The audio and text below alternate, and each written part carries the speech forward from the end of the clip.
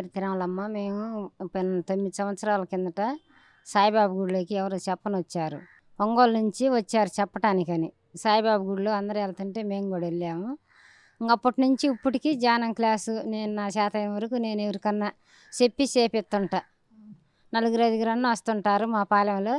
అందరు రాలేరని కొంతమంది అయినా వస్తున్నారు, చెప్తూనే ఉంటా. ఈ రోజుకి నేను ధ్యానాన్ని గురించి మర్చిపోలేదు. నా చేతనైన కాడికి ఒక గంట ఒక అరగంట చేస్తున్నా. మేమందరం బాగానే ఉన్నాం ఆరోగ్యంగానే. పత్రి సారు 4 సార్లో 3 సార్లు కర్తాలకి వెళ్ళాము. పత్రి సార్ని కలిసాము. సార్ దగ్గర ఒక సెకండ్ తీసుకున్నాం.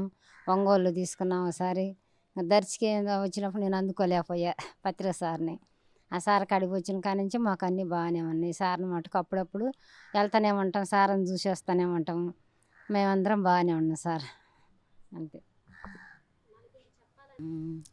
నలుగురికి ఒక గ్రూపుగా తీసుకొని అందరినీ ఒకసారి కూర్చొని చేసుకుంటున్నాం సార్.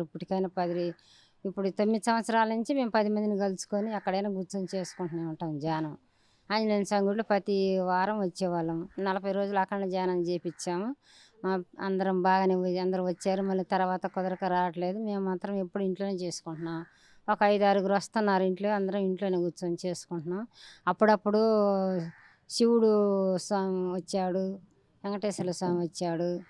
అప్పుడప్పుడు ఎవరో ఒకరు వస్తూనే ఉంటారు. కనకదుర్గమ్మ వచ్చింది, వస్తూనే ఉంటారు ధ్యానంలో. ఇంకేం నేను మరించేపు చేసుకోవట్లే కదా, ఏంటికి వస్తున్నారో లేనుకుంటాను. నేను పూర్తిగా ఒక గంట 2 గంటలు చేసుకుంటే నాకు కుదిరిద్ది బాగానే. నాకు ఇంట్లో టైం చాలకపోయేది ఒక అరగంట గంట చేసుకుంటా. స్వాములు ఎవరో ఒకరు వస్తూనే ఉంటారు. ఏ స్వామి ఓ స్వామి, వెంకటేశ్వర స్వామి వస్తాడు, శివుడు వచ్చిండు, కనకదుర్గమ్మ వచ్చింది, వస్తూనే ఉంటారు. అంటే నేను 10 మందికి ఒక్కోసారి చెప్తుంటే ఒకరు చెప్పలేను. నాకేం పూర్తిగా రావట్లేదు కదా, ఒక గంట అరగంటే కదా నేను చేసుకునేది. నాకు స్వాములు వస్తారా రారా అనుకునేది నేను మనసులో ఉంటా. పత్రి సార్ వచ్చిండు ఒకసారి. లక్ష్మి మేడం వంట చేసినట్టు మేము వచ్చినట్టు, లక్ష్మి మేము వచ్చేలాక వంట చేసావుగా అన్న అంటే చేశానమ్మా అన్నది. తర్వాత మళ్ళీ ఇటు చూసేలే పత్రి సార్ మూలను కూర్చొని ఉన్నాడు. అమ్మ పత్రి సార్ని కూడా చూసాము. మళ్ళీ ఇంటికి వెళ్ళి స్నానం చేసి మళ్ళీ వద్దాంలే అనుకున్నా. నేను ఇంటికి వెళ్ళి అక్కాయి నేను ఇద్దరమే వచ్చాము. మళ్ళీ ఇంటికి వెళ్ళి మళ్ళీ వద్దాంలే అక్కాయి నా ధ్యానంలో అనుకున్నా. పత్రి సార్ని చూసి వెళ్ళాము, మళ్ళీ వద్దాం అనుకున్నా. నాకు గుర్తొచ్చేసింది. పత్రి సార్ అప్పుడప్పుడు వస్తూనే ఉంటాడు కల్లోకి. ధ్యానం క్లాస్ మాత్రం మర్చిపోవాలి, అప్పుడప్పుడు చేసుకుంటానే ఉన్నాం. ఒక గంట ఒక అరగంట. మాకు ఎక్కువ ఏదో పనులు ఉంటాయి కాబట్టి చేసుకోలేకపోతున్నాం. ఒక గంట చేసుకుంటాం నమ్మకంగా. ఇప్పుడు 10 మంది అప్పుడప్పుడు వస్తూనే ఉంటాం. గుళ్ళోకి మాత్రం ఒక 5-6 వస్తారు, ఎక్కువ రారు. మాంసాహారం మానుకొని కూడా 9 సంవత్సరాలైంది సార్. మేము ఇప్పటికి అసలు నేను ఇంట్లో వంట చేయమంటే చేసి పెట్టేదాన్నే, కానీ ఇప్పటికి ఈరోజు 9 సంవత్సరాలైంది మాంసాహారం మానుకున్నా. నాకు ఎప్పుడూ ఒకటిగానే ఉంటుంది. కాళ్ళు నొప్పులు అప్పటికి లేవు ఇప్పటికి లేవు. ఇప్పుడు హుషారుగా ఉంటుంది అనమాట. ఏ పని చేసినా చేసుకుందాం అనిపించింది. ఒక గంటన ధ్యానం చేసుకోవాలి, ఒక అరగంటన ధ్యానం చేసుకోవాలి అని ఎవరినో ఒకరిని పిలుచుకునేది. కాసేపు ఆడొకసారి కూర్చొని ధ్యానం చేసుకుంటున్నాం. మాకు అందరికీ చెప్తూనే ఉంటా ధ్యానం చేసుకోండి అని.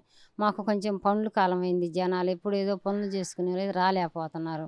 ఒక గంటన చేసుకుందామని అందరినీ తాపెత్తనం పడి ఒక అరగంట గంట మాత్రం ధ్యానం మానుకోకుండా చేసుకుంటున్నాం.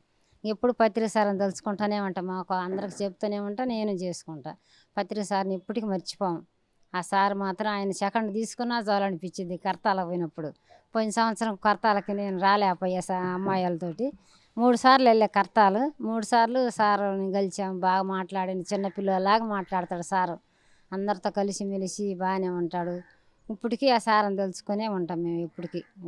కర్తాలకి ప్రతి సంవత్సరం మేము మా చేతైన కాడికి వసూలు చేసి పంపిస్తూనే ఉంటాం. మా పాలెంలో కూడా అందరూ వసూలు చేసి ఇస్తున్నాం. ఈ సంవత్సరం కూడా అట్నే ఇచ్చాము.